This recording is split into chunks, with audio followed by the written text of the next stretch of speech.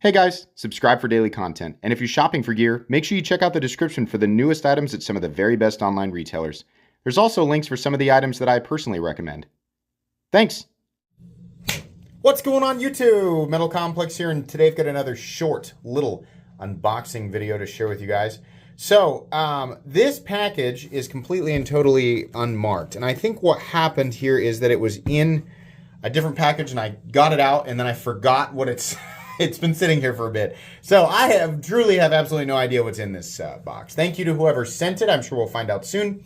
If it is something I can link, I will absolutely link it right down below so that you guys can check it out if you want to. It does help my channel and use my links, but that is entirely up to you. Thanks to my patrons for supporting me, and please make sure to follow me on Instagram at metal_complex. Okay. I guess I'm just going to carve right into it. I mean, there's no... Is this all like taped down? Yeah. But then, I mean, I don't want to... If like the box is part of it, I don't want to... I'm just going to cut into the box. I mean, whoever sent this obviously intended for me to cut directly into this. So here we go. Oh, yeah, okay. It's from Sencut. Okay. Yeah, then it was just in a larger container that had the information on it. Okay, so we got two presumably new models from Sencut. First off, we have the Fritch. Okay, interesting. I wonder if they just like Google like uncommon words, uncommon English words, or maybe they're not even English. I have no idea. Like, yeah, let's name a knife that. Sure, why not? I mean, everything else is taken, right? Okay. There it is. It is, I mean, I'm going to be honest, it's what I expect from Sencut. You guys know on this channel, I like to cover knives in all territories. I like to cover inexpensive stuff, mid-range stuff. The weird sort of high-end mid-range is kind of hard to define because it depends on your perspective kind of stuff. Stuff that's slightly higher than that and is also sort of loosely defined as mid-range or ultra high-end or whatever. And then there's like the crazy custom stuff. I like to cover all of that. It just tends to be that the less expensive stuff, obviously this goes without saying, it tends to be a little bit less interesting. That's a long-winded way of saying I kind of expect the stuff from Sencut to be a little bit boring. But you know what? That's okay. We have 9CR18 MOV. As long as they price these things correctly, we're all right. Action's really good, right? D10's tuned properly. It's what we expect. I'm doing this left-handed just to demonstrate. Thumb studs work just fine. It's just a smaller flipper EDC knife. That's about it. I think I can show you guys probably the different variations of this. Still important, right? I mean, this is the type of stuff that's good for... I mean, a lot of people are like, why do you even show this stuff, right? Because there's 200,000 of you now. It is ridiculous to assume that all 200,000 people are only interested in, you know, wild and crazy, off the wall, this or that, or more expensive. There's always new people subscribing. There's always people wanting to know, like, what's a good brand to start out with? And this is, you know, this is the case. Sencut is a good brand to start out with because they make stuff like this that is, you know, kind of generic and straightforward. But for a lot of people, that's all they need. They don't need anything more crazy than this, and they're just looking for something that it kind of, you know, fits the bill. Yeah, here's your different variations. OD green and black, jade and black, or micarta, or I assume micarta, and satin, or tumbled, right? What is going on here? Guys, listen, I don't know what 9CR18 MOV's range is supposed to be, but I feel like this is a point or two low. Maybe not. Maybe I'm mistaken. I think 9CR can be lower, right?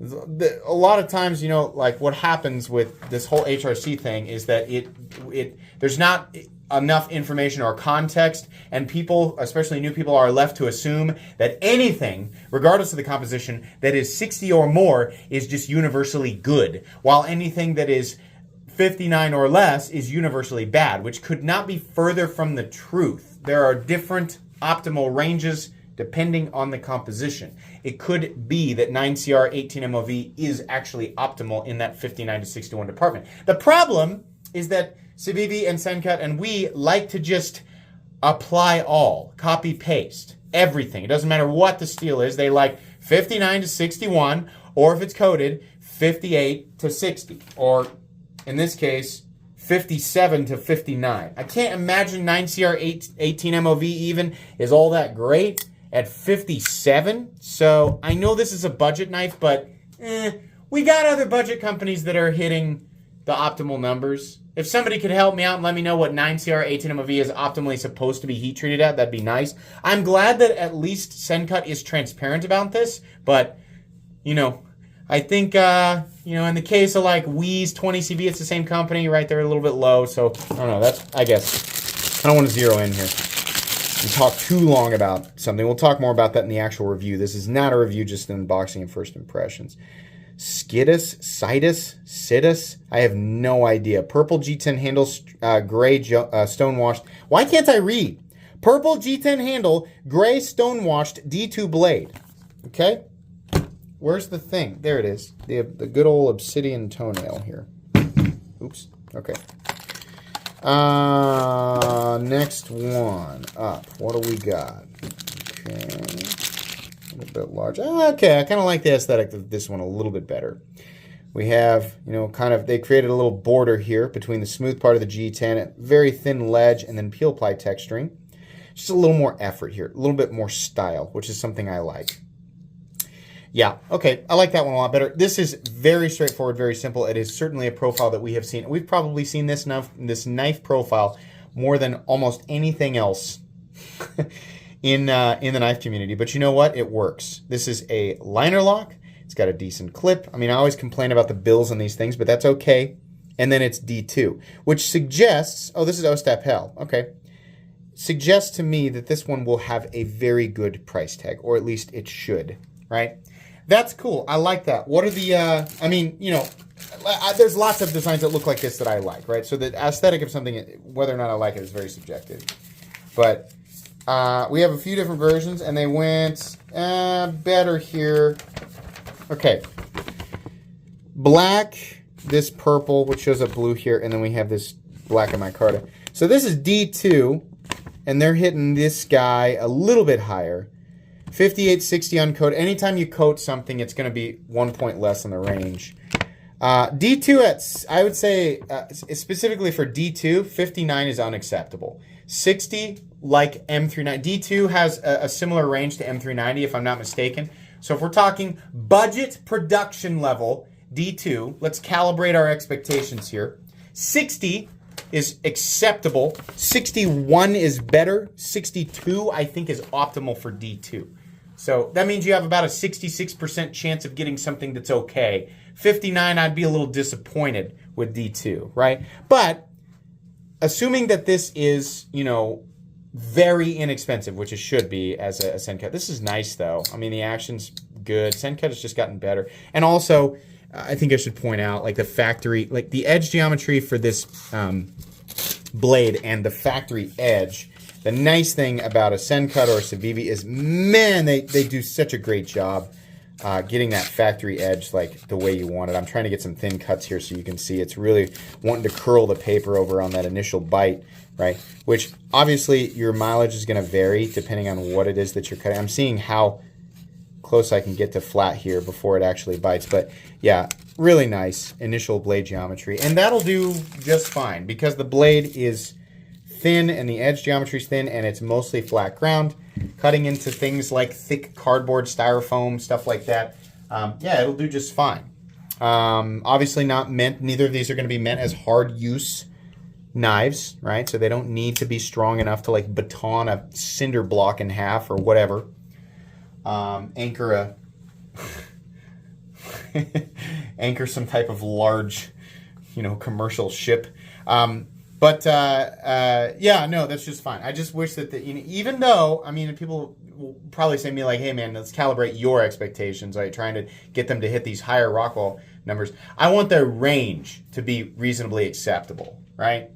So when it comes to D2, I'm familiar with D2 and where it's supposed to be. And I understand a lower Rockwell will yield better toughness and easier sharpenability, but still, you still want to get it into a reasonable range, right? Because the D2 composition has a specific purpose, as is the case with all steels that we use for blade materials. Very few of them, were initially designed for pocket knives, right? So there's an optimal Rockwell hardness for their initial purpose and an optimal Rockwell hardness for, their use as a pocket knife, which is usually similar to whatever their, intended purpose was initially, right? It's like S110V, I believe, was originally designed for industrial food prep, not pocket knives, right? Steels like S30V and S35EN, however, were actually developed for pocket knives. I don't know why I'm turning this into I read this on Google history lesson, right? But, okay. Yeah, this is cool. I like this one. I think many of you will. Nice and comfortable, easy to manipulate, and, most importantly, just not foreign to the hand, right? It's just right up where we, expect this type of stuff to be as far as familiarity.